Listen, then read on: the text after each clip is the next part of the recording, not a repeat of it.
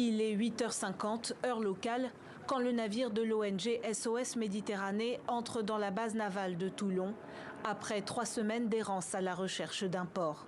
C'est dans cette enceinte militaire ultra sécurisée que le calvaire prend fin.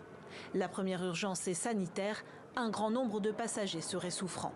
Sur les 234 personnes à bord, il y a 177 adultes, 13 mineurs qui sont accompagnés et 44 mineurs qui ne sont pas accompagnés.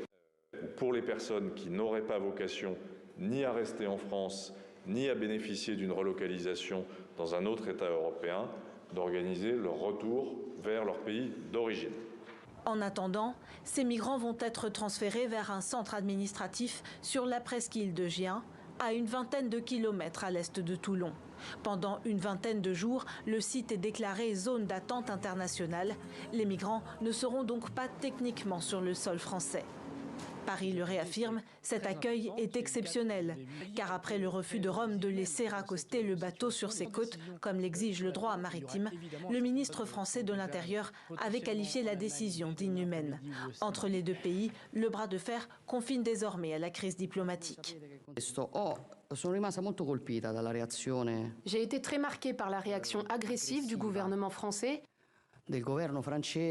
qui, de mon point de vue, est incompréhensible et injustifiée. Après un suivi sanitaire, les migrants devraient être entendus par l'Office français de protection des réfugiés.